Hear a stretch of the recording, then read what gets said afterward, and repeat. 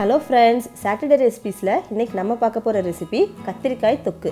இந்த கத்திரிக்காய் தொக்கு நீங்க தயிர் சாதம், ரசம் சாதம், சாம்பார் சாதம், பருப்பு சாதம் இந்த மாதிரி வெரைட்டி ரைஸோட வச்சு சாப்பிட்டீங்க அப்படினா செம காம்பினேஷனா இருக்கும். வாங்க கத்திரிக்காய் தொக்கு எப்படி செய்யறதுன்னு சொல்லி பார்க்கலாம். வீடியோக்குள்ள போறதுக்கு முன்னாடி Saturday recipes சேனலை Subscribe பண்ணாதவங்க Subscribe பண்ணிக்கோங்க. அப்படியே பக்கத்துல இருக்க பெல் ஐகானை கிளிக் பண்ணிக்கோங்க. அப்பதான் நான் போடுற வீடியோஸ் உடனே உங்களுக்கு வந்து சேரும். கத்திரிக்காய் தொக்கு செய்கிறதுக்கு ஒரு பேனில் 2 டேபிள் ஸ்பூன் எண்ணெய் ஆட் பண்ணிக்கோங்க. எண்ணெய் காஞ்சதும் நான் வந்து 250 கிராம் கத்திரிக்காயை 4 கீரி எடுத்திருக்கேன். இந்த மாதிரி நீங்களும் கீரி எடுத்துக்கோங்க. இப்போ இந்த கத்திரிக்காயை எண்ணெயில் நம்ம நல்லா வதக்கி எடுக்கணும். கத்திரிக்காய் நம்ம வதக்கிறதுலே ஃபுல் குக் ஆகணும், அந்தளவுக்கு வதக்கிடுங்க. அப்போ தான் நம்ம தொக்கு சாப்பிடும்போது கத்திரிக்காய் வந்து சாஃப்டாக இருக்கும். பாருங்கள், கத்திரிக்காயோட கலர்லாம் சேஞ்ச் ஆகி நல்லா இந்த மாதிரி குக் பண்ணி எடுத்துக்கோங்க. இப்போ கத்திரிக்காய் குக் ஆயிடுச்சு. நான் அதை வந்து ஒரு பாத்திரத்தில் மாற்றி எடுத்துக்கிறேன். அதே பேனில் 1 டேபிள் ஸ்பூன் எண்ணெய் ஆட் பண்ணிக்கோங்க. எண்ணெய் நல்லா காயணும். எண்ணெய் காஞ்சதுக்கப்புறம் 1/2 டேபிள் ஸ்பூன் சோம்பு, ஒரு கொத்து கருவேப்பிலை. இப்போ இந்த சோம்பும் கருவேப்பிலையும் எண்ணெயில் நல்லா பொரியணும். பொரிஞ்சதுக்கப்புறம் 100 கிராம் அளவில் சின்ன வெங்காயம் நான் கட் பண்ணி எடுத்திருக்கேன். இதையும் சேர்த்து வதக்கிக்கோங்க.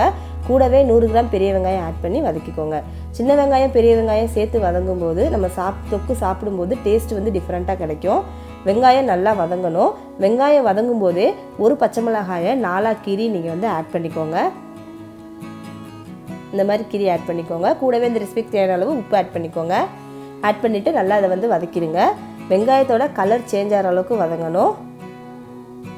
வெங்காயம் வதக்குறதுல தான் நம்மளுக்கு வந்து எந்த டிஷ் செஞ்சாலுமே வெங்காயம் நல்லா வதக்கணும்னா தான் அதோட ஃப்ளேவர் வந்து நல்லா இறங்கி டிஷ் வந்து டேஸ்ட்டாக கிடைக்கும். பாருங்கள், இப்போ வெங்காயம் வந்து நல்லா வதங்கிடுச்சு. இப்போ நம்ம மசாலா ஆட் பண்ணிடலாம். 1/2 டேபிள் ஸ்பூன் மிளகாய்த்தூள், 1 டேபிள் ஸ்பூன் மல்லித்தூள், 1/4 டீஸ்பூன் மஞ்சத்தூள் ஆட் பண்ணிவிட்டு அடுப்பை சிம்மில் வச்சு இந்த மசாலா எல்லாத்தையும் வெங்காயத்தோடு சேர்கிற அளவுக்கு பரட்டி விட்டுருங்க. சிம்மில் வச்சு செய்யும்போது இந்த மசாலாலாம் கருகாமல் ஒட்டாமல் கிடைக்கும். இப்போ இந்த மசாலாலாம் வெங்காயத்தோடு சேர்ந்ததுக்கப்புறம் நான் 100 கிராம் அளவில் ஒரு தக்காளி பழத்தை இந்த மாதிரி ஜூஸாக எடுத்திருக்கேன். அதை இதோட ஆட் பண்ணிவிட்டு நல்லா மிக்ஸ் பண்ணி விடுங்க. தக்காளியோட பச்சை ஸ்மெல்லாம் போய் எண்ணெய் பிரிஞ்சு வரணும். அது வரைக்கும் அடுப்பு சிம்மில் தான் இருக்கணும். இந்த மாதிரி வந்ததுக்கப்புறம் 1 கப் தண்ணி ஆட் பண்ணிவிட்டு அடுப்பு ஃபுல் ஃப்ளேமில் வச்சுக்கோங்க. தண்ணி வந்து நல்லா கொதிச்சு வரணும். இந்த மாதிரி கொதிச்சு வந்ததுக்கப்புறம் நம்ம வதக்கி வச்சுருக்க கத்திரிக்காயை அதில் ஆட் பண்ணிவிட்டு பரட்டி விட்டுருங்க. பரட்டி விட்டு அடுப்பை மீடியம் ஃப்ளேமில் வச்சு மூடி போட்டு ஒரு 5 மினிட்ஸ் மூடி வச்சுருங்க. 5 மினிட்ஸ் கழித்து நான் ஓப்பன் பண்ணுறேன். பாருங்கள், தண்ணிலாம் வற்றி மசாலெல்லாம் கத்திரிக்காயோட சேர்ந்து கிடச்சிருக்கு.